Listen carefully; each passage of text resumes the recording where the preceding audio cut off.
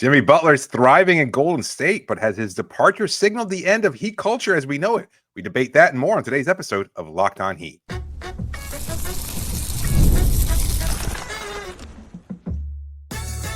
You are Locked On Heat, your daily Miami Heat podcast, part of the Locked On Podcast Network, your team every day. All right, welcome to Locked On Heat, your daily podcast on the Miami Heat. However you might be tuning in on YouTube or your favorite podcast app. Thanks for making Locked On Heat your first listen every day. I'm Wes Goldberg here with David Ramil. Both of us are credentialed Heat media members who cover this team every day. Have a great show for you today, but before we jump in, we want to announce the next Locked On Heat watch party, February 28th at the Taurus in Coconut Grove for the Heat's game against the Indiana Pacers. Tip-off is at 8 p.m. Come watch the game with us, hang out, take advantage of an extended happy hour, signature cocktails, and great food, and hopefully watch a Heat win. We're looking forward to seeing you all there. I want to talk about Kevin Durant and what looks to be a pivotal offseason for him, and look at maybe some concerns that we have about the Miami Heat in these games before we get into the All-Star break. But before we talk about the Heat, we saw the Heat's new players that they got for Jimmy Butler in the trade on Monday night. But David, have you gotten a chance to watch Jimmy Butler play in Golden State yet? A little bit. Mostly just watching the stats and kind of checking in on some of the highlights and things of that sort. And seems to be very much the Jimmy Butler of old, not hitting the shot as well as he did maybe during his Heat tenure, but getting to the line a whole heck of a lot. So he's drawing contact. He's getting foul calls his way, stuff that we've seen him do periodically throughout his Heat stint. So it seems very much like he is engaged and active and playing at a high level. He is playing at a high level. Look, he's got 45 points across 2 games, 10 assists, 18 free throw attempts. He's got a usage rate in those 2 games over 25%. In each of those 2 games. He did that only 5 times in 25 games with the Heat. He is way more engaged. He is way more motivated. I don't think it takes a rocket scientist or some sort of psychologist to figure out why that might be the case here. My thing is, how are we supposed to feel about this, David? Because the Jimmy Butler who quit on the team, who was suspended on 3 separate occasions, last one being indefinite, who clearly no longer wanted to be in Miami.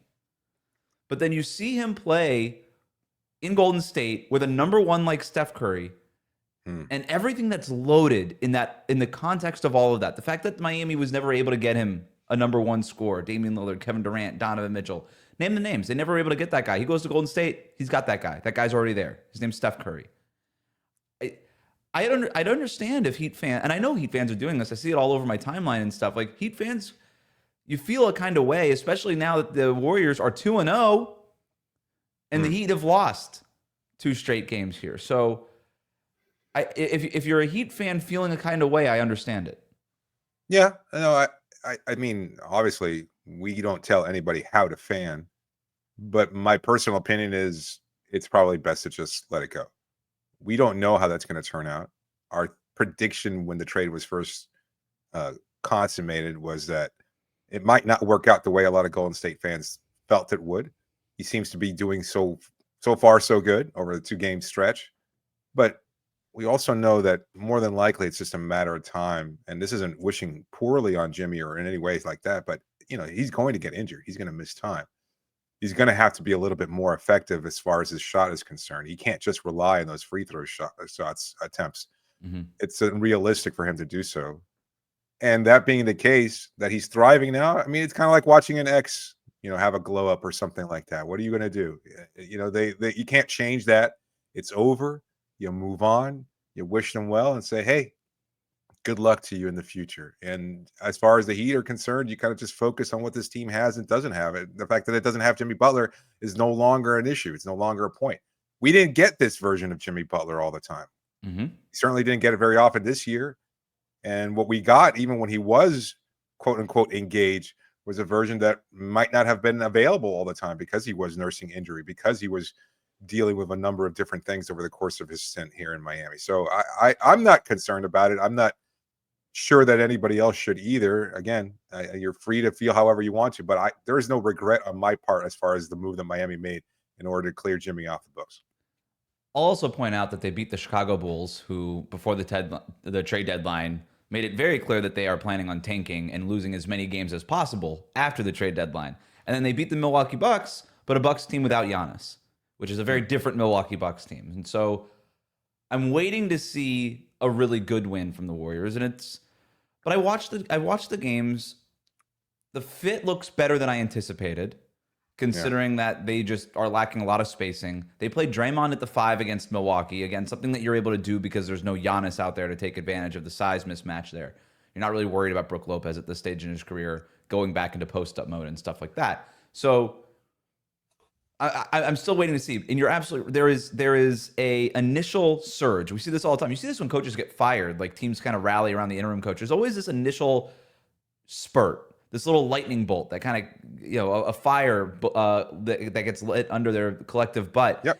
And what happens when that goes away? What happens when the honeymoon fades? We saw Luka Doncic with the Lakers on Monday night in his debut actually trying on defense. We know that that's not going to always be the case, right? There's just that initial sort of first impression. I want to impress everybody here. But at the same time, look, I can. You're right when you say you're not getting this Jimmy Butler in Miami. I think this is a better team for him at this point in his career. He's no longer a number one. Steph is still, he's not the number one option he used to be, but he's still a number one. He's still he's scored 30 points in 4 straight games. Like, when's the last time anybody did that in Miami? Jimmy Butler hasn't done that.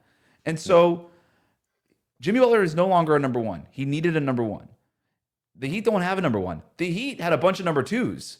Jimmy kind of descended from number one status to number two status as he got older here and more injury prone, while Bam and Tyler kind of rose up from basically rookies and role players to number twos and number threes. And it was sort of unclear. And so this Heat team didn't have a number one. That Warriors team did have a number one, but they were really lacking a number two. And so I think this is just a better spot for Jimmy Butler to be in at this stage in his career. My question to you, David, is it okay if you're a Heat fan? Can you root for Jimmy Butler at this point, understanding that this is a better spot for him, or do you go the other way and say, well, he never won a ring with us here. I would hate to see him win over there.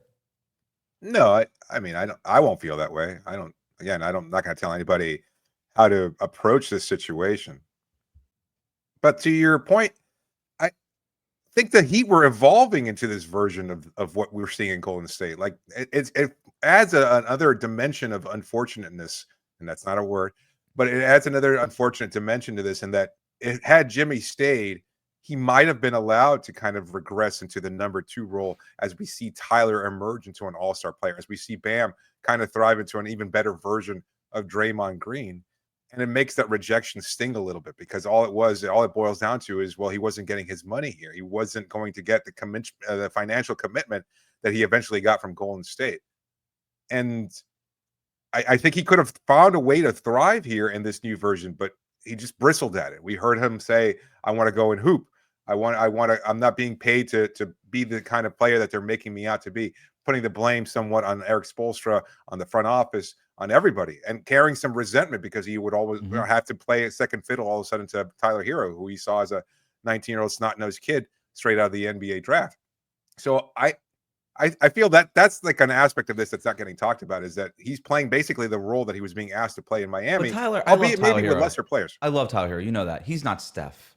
No. And he's not the number one option that Steph is, right? All-star versus, former champion. Historic, yes, I get it. Multiple-time MVP. And still a guy, and even now, Steph is capable of scoring 30 points on any night. He is a number one option. Tyler Hero is never going to be a number one option on a winning team. He might be the number one option on this team, but he's not the number one option on a contender. That's not the way Tyler Hero is built. Well, I still think we were supposed to see that transition take place this year, and who knows what this team would have looked like had Jimmy bought in completely and said, no, I'm cool with it. Let Tyler get his shots. Let Bam do his thing. I'm going to go in there and complement these two with those drives to the hoop, getting to the line, etc. I don't know that we saw that this year while he was playing, and then through all the suspensions, clearly we weren't going to be able to see that version of him. But I just don't think he bought in, because he was just at a point where he was done and he wanted his money, and Miami wasn't giving it to him. That was the insulting part for him. So I don't know. If I was a Heat fan and watching this team and watching Golden State thrive and Jimmy thrive in the process, I'd have a little remorse about it. It is weird. You know, It is weird seeing him in that Warriors jersey, and he switched number 10 and then added the 3rd to his last name. It's it's a weird. different person.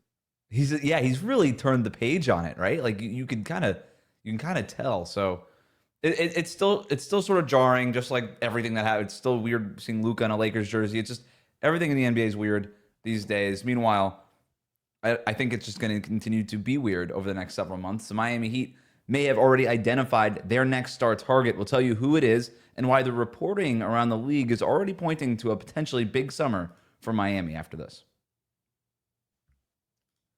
Today's episode is brought to you by Wayfair. After the holiday hustle, there's nothing like giving your home a little TLC. I always find that decluttering and refreshing my space helps me get back into a routine, whether you're tidying up, cleaning out, or just want to give your space a new look to start the year.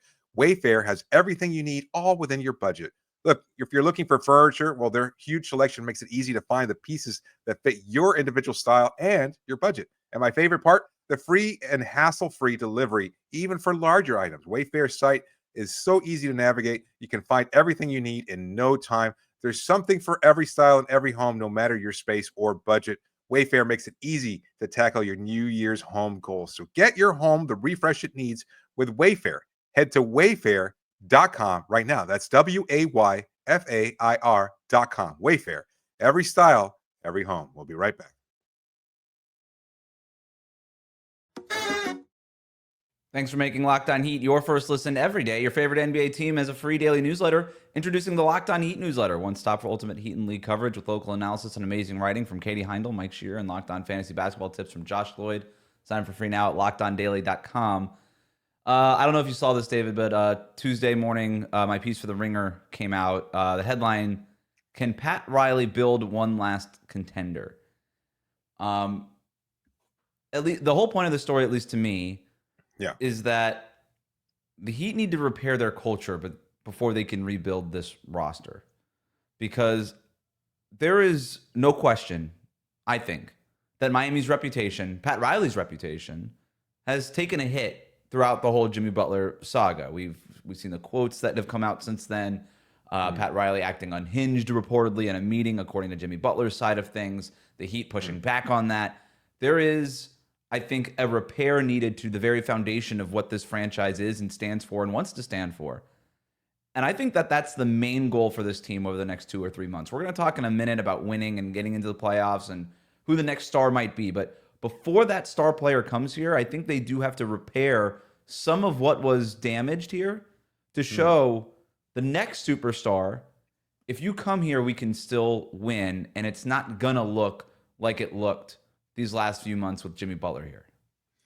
Well, first of all, congratulations on publishing the piece with The Ringer. It was a great work, you. as always, and everybody should check it out. I was a little surprised at seeing some comments saying, like, I ain't going to click on that, or I don't want to read that, like as if there was some kind of personal grudge or animosity towards The Ringer from Heat fans' perspective. Well, hopefully it's something? Not me. I didn't see any of that No, stuff, I don't. Yeah, I don't think it was you necessarily. I just think, I don't know. There was like some umbrage against The Ringer or their site. Did they slight Miami to some extent? I mean, I know Bill Simmons is Bill Simmons. He's the Boston sports guy, but this is my role with them. Is I'm behind enemy lines here, people. You got to show them that the Miami Heat stuff gets clicks just as much as the Marcus Smart for Defensive Player of the Year case articles. You got to show them that my stuff also gets the clicks. Go ahead and click on it.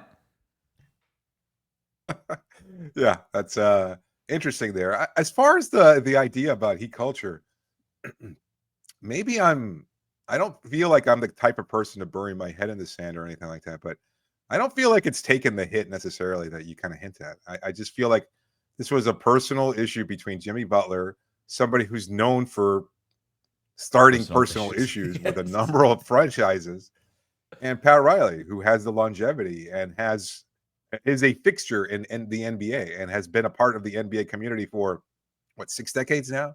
Mm-hmm. Yeah. So this is, to me, I don't know that the culture has taken a hit necessarily. I certainly don't think it needs to be rebuilt, but somebody does need to kind of carry it and show that they can emerge as somebody who is the focal point or the face of the franchise moving forward. And that's my bigger concern, is that, we talked about this in terms of Kevin Durant, and we'll address it soon, but you look at Tyler, you look at Bam, and while Bam is a friendly face, somebody that a lot of players like and appreciate and want to play alongside. I don't know that he's viewed as that guy. I don't know if he's viewed as the person who is going to be the franchise definer moving forward. And that being the case, that's what it's missing. It's not missing culture. It's just missing somebody who is viewed as the symbol of Heat culture. And if Bam is viewed in that way, then that's where it becomes problematic, because unfortunately we're all too familiar with what his ceiling likely is, and that he's not going to be that kind of superstar player at any point. But at least you can still embody the culture in any other way. You can define his team and say, I'm going to bust my ass every night. I'm going to work hard. I'm going to play defense at a high level. I'm going to do all the little things. But you kind of hinted at this in your story also, that that's one of the things that they're not doing, is they're not doing all the little things. And Bam himself addressed that in the post-media scrum. Yeah, that is I'm glad you brought that up, because that's where I wanted to go with this next, because it's a quote he had after a game. I think it was the loss in Brooklyn, and it stuck with me, and that's why I included it in the piece here. He goes, asked about what's wrong with the Heat lately, and he goes, it's the small stuff, missing blockouts, miscommunications, not knowing what coverage we're in on defense. It's those little things that great teams do. And I said in the piece, it's those little things that the Heat used to do. That's what, it's not just, when we think about culture, it's more than the Armani suits and the Pat Riley of it all, and the nastiest, meanest, that stuff. It's being dialed into the scouting report, knowing the game plan, working hard on a play-to-play basis. And that was my other thing over the last couple of years with Jimmy Butler, this idea that the Heat never cared about the regular season anymore, that they proved that the regular season somehow didn't matter and it was only the postseason. For the hardest working team, what? So only in the playoffs? And the hardest working team doesn't apply to the regular season?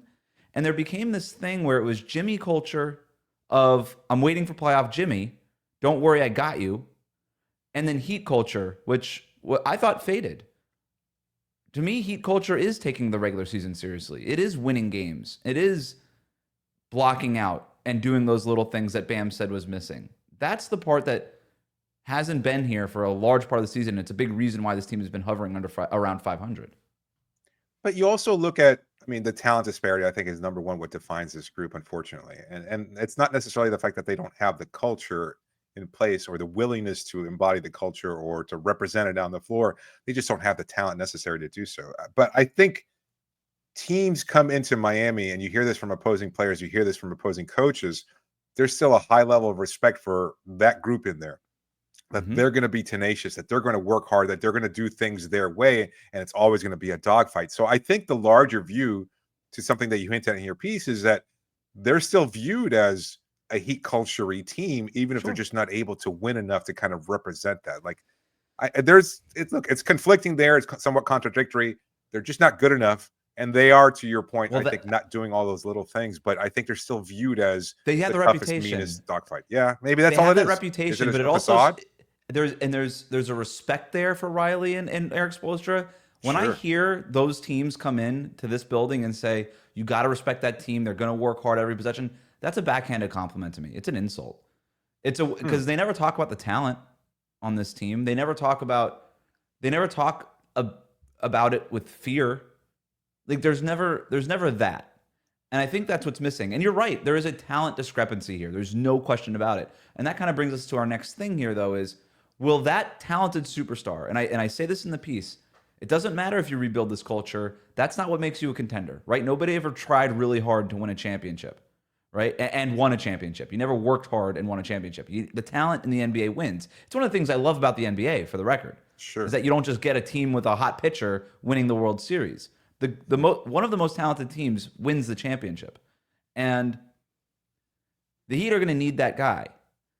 And we've seen that, and I explored the Kevin Durant thing in the piece. And then you see Dan Levitard on Tuesday talking about the Kevin Durant option and how, the Heat and the Suns were way far apart because the Suns were asking for everything. That reporting has been out there. Riley now, though, has missed out on Kevin Durant 4 times, if we're including this kind of sort of time before the trade deadline. 4 different times. And I do wonder if he'll be able to get it done this summer if Durant decides that he wants to leave Phoenix, which I don't know if he's going to request the trade from Phoenix. I feel pretty good that he's not going to sign an extension with Phoenix this summer. I don't know why anybody ever would. So if that's the case and Durant is out there, and it feels like everybody around the league is saying Durant might be the next guy, it feels like that's That's almost perfect. Kevin Durant will be 36. Pat Riley's going to be 80 next month. It feels like both, like Durant in Phoenix, talk about no culture. Talk about instability. Miami gives you stability. It gives you that culture. I think this team is loaded with number 2s and number 3s and number 4s, and it's just missing a number 1. And Kevin Durant is obviously still a number 1, even at this point in his career. And then if you're Riley at 80, there's not an appetite to wait 5 years between LeBron and Jimmy Butler again. There's no, like, they didn't have any interest in those 2031 picks because they don't care about 2031. They're trying to win this decade. Right. And it feels like Durant could come in just as your turnkey number 1 option. I don't know if that makes that Miami a championship favorite, but put Durant on this roster, it does put them near the top of the Eastern Conference, at least gets them in the conversation of being a contender, which they're not right now. What about this idea that the Heat has forced their superstars out? Because I think a lot of fans view it. It's like, why would any superstar want to join Miami after the way they traded Jimmy or the way they traded Dwayne or the way they treated LeBron at all? And I think that's being overstated wildly. I think Jimmy is Jimmy, and I think he wanted something very different that didn't necessarily. I can't say this for certain. I don't know that anybody's reported this or anybody's even asked this because it's a moot point now.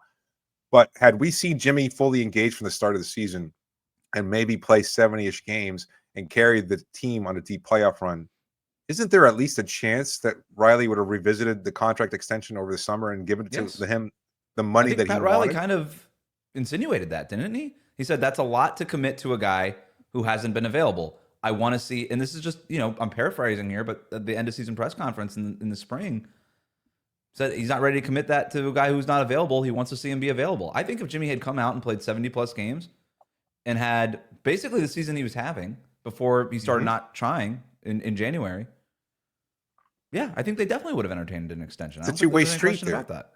So I think that the superstar kind of bailed on Miami more so than Miami bailed on the superstar. They had kind of a soft promise there. It's like, you play your ass off and we'll reward you with the money, even though it's going to tie us into financial cap hell, but we'll deal with that when we deal with that. Like, that's not an issue right now. We still believe in you and everything that you've built here. We're not paying you for what you've done in the past. We're paying you for what you're going to continue to do in the future, but you have to show a capability and a willingness to play regularly and consistently well. And they didn't get that. They didn't get that. And you look at Kevin Durant and his comments after being involved in trade talks unwillingly, right? Didn't want to be in trade talks, and he was. And he said, doesn't matter. I'm going to move past it. I'm focused on the Phoenix Suns right now and winning with the Phoenix Suns. And I thought that was a very professional answer. He could have lit up that front office, and maybe he should have. Like, that front office, frankly, deserves it. But Kevin Durant wasn't going to do that because he was going to be a professional. He's under contract. Bradley Beal. Has anybody been more bleeped on this season than Bradley Beal by their own team? Absolutely not. And the guy just keeps coming out and says, I'll come off the bench, no problem. And he's okay. He's been pretty good off the bench for Phoenix. He's playing hard. So I agree with you. I think players look around and say, that's a Jimmy Butler situation. Not that it's all Jimmy Butler's fault necessarily, but it's a one-off situation. It's sort of part and parcel with the Jimmy Butler experience where, and I'll tell you this also, and I agree with you that the whole star players might not want to go to Miami after how they treat their star players. I think that's way overstated. Yep. Players really like playing in Miami. Yep. Period. End of story.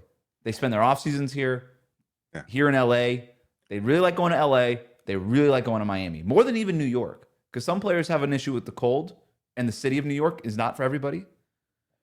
Every NBA player would like to play in Miami or LA. Every single one of them. But coming up, time is ticking on this season. There's some concerning numbers that show the Heat might be in trouble. There also might be an easy solution to fixing things. We'll talk about that next year on Locked On Heat. Today's episode is brought to you by Open Phone. Running a small business means you're wearing a lot of hats. Your personal phone becomes your business phone. Before you know it, you're juggling customer calls day and night. As your team grows, it becomes impossible to manage everything with just your personal phone. And that's where Open Phone comes in. It's the #1 business phone system designed to help you keep your work and personal life separate. For just $15 a month, it costs up a few cups of coffee. You get complete transparency and visibility into everything happening with your business phone number.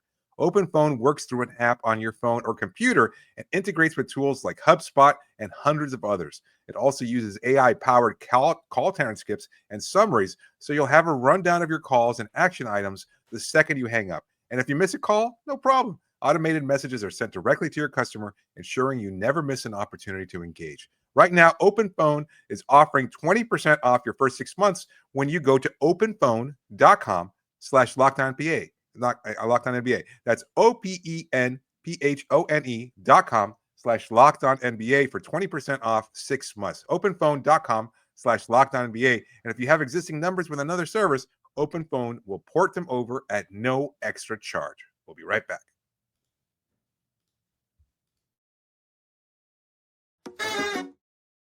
Thanks for making Locked On Heat your first listen every day. The best way to support the show, like and subscribe on YouTube. Follow us on your favorite podcast app.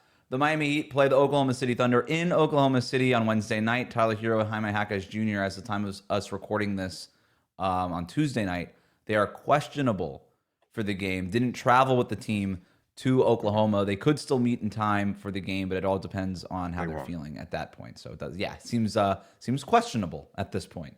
The Heat also play Dallas on Thursday in Dallas, second night of a back-to-back. Obviously, the Mavericks are dealing with all of their centers being injured, but tough stretch here before the All-Star break. The Heat are at risk. They're 25-26 right now. They're at risk of falling to 25-28 before the All-Star break. And you're getting to a point now where every single game matters, especially once you get past this All-Star break. It is playoff push time. David, are you worried about the Heat's chances of making the playoffs? And when I say making the playoffs, just avoiding the play-in tournament, because I don't think they're going to fall much lower than that. But there's obviously a lot of risk in making that play-in tournament as opposed to just getting one of these top 6 seeds. No, I don't think so. I look at this team and I look at the pieces they added, and while we didn't see it tie together the way it was supposed to on Monday night, I still believe that this group will figure things out to a certain degree. They'll be effective and win just enough. I don't know that they'll be great, but I still believe that they'll be pretty good and good enough to get that 6th seed and maybe even challenge for the 5th or 4th seed. I still think that this team is good enough. There's just too much talent. And look, I know Eric Spoelstra has been criticized this season, perhaps rightfully so, but I also think that he'll figure out this group now that he has these players. I think he's going to spend the All-Star break doing what he does, which is tinkering, understanding how to maximize the talent level on this squad and get them in a position to win. And this is a group that has historically been known for a late season surge as they near the playoffs. So I would expect them to be more along the lines of a winning record and perhaps even several games over 500 over the last few games of the season, et cetera. So I think this is going to trend in the right direction and probably lead to a playoff spot. What about you? Do you feel like is there a danger here that they might miss out in the playoffs? Well, there is. And right now, they're a game behind Detroit for the 6th seed. They're 2.5 games back of Milwaukee at 5th. Milwaukee is just tumbling right now. So that might be Miami's best bet, honestly, at this point. That feels about as high as Miami's going to get. They're 4 games behind Indiana. That doesn't seem... And Indiana's starting to play a little bit better. Yeah, that's a tough reach. That's a goal, though. 4? Get the 4 seed. Get the 4 seed. That's the goal for this group. I think it feels unrealistic. I would go 5. I think 5 is a more realistic goal, but maybe I'm wrong. I could be wrong. But yeah, I would still probably bet on that happening, but it's going to take some tinkering. And you already mentioned this is what Eric Spoelstra does, right? He kind of goes into hibernation during the All-Star break, comes back out with a better game plan, and that tends to push Miami going forward. Every game is going to matter, though. And I know that there's a lot kind of baked into this number, but since January 1st, Miami is 26th in offensive rating, 15th in defensive rating. That's bad. That is not a playoff team. Eric Spoelstra has time after time talked about spacing and decision-making being an issue. The spacing is going to be an issue for a little bit. When you're adding a bunch of new players and they just don't know where to stand because they're playing with new teammates, that's just, that takes reps. It's going to take some practices. You come back from All-Star break, you get like this little mini camp, kind of 2 days of practice, and then you kind of hit the ground running after that. That's going to be a really key moment for Miami. The decision-making part of that shouldn't be the case. This team should be making better decisions. And when he keeps talking about this, I can't help but think of Terry Rozier. And I'm wondering, when Eric Spoelstra goes back and does the deep dive into the numbers and his lineups and everything that he wants to do with this new roster, does he get to the point where he just takes Terry Rozier out? Because Miami's two worst players, according to Cleaning the Glasses on-off numbers, Terry Rozier and Jaime Jaquez Jr. this year. They're getting outscored by 7.5 points with Rozier in the game, by 12 points with Jaquez in the game. Rozier is averaging, though, Jaquez is like in and out, not averaging a ton of minutes. We've seen him lose minutes to Pelle Larsson. Terry Rozier is still averaging the 5th most minutes on this team, more than 28 minutes per game. The offensive rating and defensive rating both rank in the bottom 10 when Terry Rozier is on the court. I don't mean to harp on this, but because I have a lot of sympathy for what Terry Rozier has gone through coming back from the neck injury, knowing that he's not playing the way that he wants to play. Right. But he can't play anymore. Every game is too important. And you look at the numbers, the Heat's worst lineups are the ones with Terry Rozier in them. It won't be easy because it's not like this team is loaded with a ton of ball handling, and I understand that. And it's why Eric Spoelstra continues to go to Terry Rozier, and I get that. Yeah. But there has to be a different solution. Eric Spoelstra has to bench him. We're at that point. These games now are too important. And we've seen Eric Spoelstra make these tough decisions and just take Duncan Robinson during a season when he's struggling out of the lineup completely. And we're just at that point now. We're at the point of no return. These games are too important after the All-Star break. This just is not Terry Rozier's season. And he just has to go to the bench. I agree with you. And I also think that if that point has already been here for quite some time, it's not like these numbers haven't been available to Eric Spoelstra. He knows exactly what these lineups have been doing, and he sees it. Like, I mean, he is a smart enough coach to know that Terry is hurting this team, and yet he continues to play him out there over other options. And I don't know. Look, like you said, there aren't a lot of other ball handlers. There aren't a lot of other player options, period. But someone has to be able to step up and provide a little bit more of a positive spark, because right now Terry is certainly, as you said, hurting this team. But I also think that because he knows those numbers are there and he's seen them and he understands this anyway, and he hasn't benched Terry at this point, I don't know that point is going to get there. I don't know what the difference is between what Duncan was doing a couple seasons ago after he signed that contract and he wasn't able to hit a three, and what Terry is doing. Like, Terry can't hit a three. Duncan, Max Strus was there breathing down his neck. And he just said, all right, I'm going to play Strus instead of Duncan Robinson. And for so much of the season, there was no other option for Terry Rozier. And I think it would have been interesting to see what would have happened had Drew Smith stayed healthy. Sure. Because that was the other option. They were closing games with Drew Smith. Yep. And then he gets hurt. And now that they have Davion Mitchell, I'm wondering if that's the impetus of, well, at least now we have one other guy at this spot. Because otherwise it was just Tyler Hero, Duncan Robinson, and Alec Burks sometimes. Yeah. But at this point, I would play Alec Burks over Rozier, I think. Oh, yeah. I would, and I would certainly play Davion Mitchell. My top 8 at this point, David, would be Davion Mitchell, Tyler Hero, and Duncan Robinson. Those are your 3 guards. You just play those guys. And, Duncan Robinson comes off the bench or whatever and just comes in. Those are your 3 guards. I think you start Tyler and Duncan. I think we've seen that enough. Your 3 guards: Davion Mitchell, Tyler Hero, Duncan Robinson. You can whatever order. Yeah, it's fine. But you have 3 guards and they play. And then I got Wiggins and Highsmith, Bam and Jovic and Kel'el Ware. And those are my top 8. And you could do the lineups however you want. Those are Miami's best 8 players. And you could you could dabble in a little Kyle Anderson here and a little Alec Burks there. And maybe you feel like you want to play Jaime. But I would go my top 8. Mitchell, Hero, Duncan, Andrew Wiggins, Haywood Highsmith, Bam, Nico, and Ware. And that's it. But Highsmith's out of the rotation somehow. And I don't know. Yeah, Highsmith is out of the rotation, it seems. Like, I don't know. He seems like... Yeah, he was on Monday night. Yeah, it's so strange. It is. Like I said, I'd start Tyler and Duncan, bring Mitchell off the bench. And if that's the case, then there's less of a need to play Rozier, because then you have that ball handler, playmaker, et cetera. The idea of what Rozier was supposed to represent. Like, you're not going to get a lot of offense out of Davion Mitchell. That's never been the case over the course of his career, but at least you're getting some elite level defense, and you could bring him on there. So you can find a way to balance bringing him together, like have him sub in for Duncan Robinson after he, does whatever he does in the first few minutes of the first quarter. Then you bring in Mitchell and you kind of balance him alongside Tyler Hero. I think there's ways of finding a better approach here and not having to play Terry. But that was Mitchell's first game yesterday.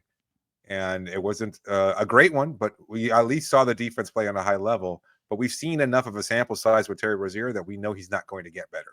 He's going to continue to not play well, or he might even get worse, which it seems like that's the case over the last few weeks. And so I know that there's stressors off the court and everything else like that. He might be injured, who knows? But either way, it's just not falling for him. It's not working out for him the way he expected it to, which sucks because he was so excited about being here. And I think we were excited about his addition because he was supposed to represent something that Kyle Lowry wasn't capable of. And yet who would think now, if you polled 100 Heat fans, you'd probably get 99 of them who'd say they would prefer Kyle Lowry, even the version that we got from him last year. Game. That's a dangerous. You might be right. I don't know. It's absolutely crazy. And look, for the record and just for full transparency, like, we don't get on here and say this player should not play anymore. Like, that is not a thing that we tend to be a little bit more careful than that. We also have to be in these locker rooms with these guys. And for the record, I really enjoy talking with Terry. Like, I think he's an awesome teammate. He's a professional. He's loved in that locker room. But we also owe it to people. Like, you gotta call it as we see it. And these games are too important anymore, or now. And this is just sort of this is how the season played out. You know, it doesn't mean that he can't play for the rest of his career. It's just this is not his season. And Eric Spoelstra is gonna have to make some tough decisions. Thanks for making Locked On Heat your first listen every day. We'll be back Wednesday night with our post-game reaction to the Heat versus the Thunder. For now, like, comment, and subscribe on YouTube. Follow us on your favorite app.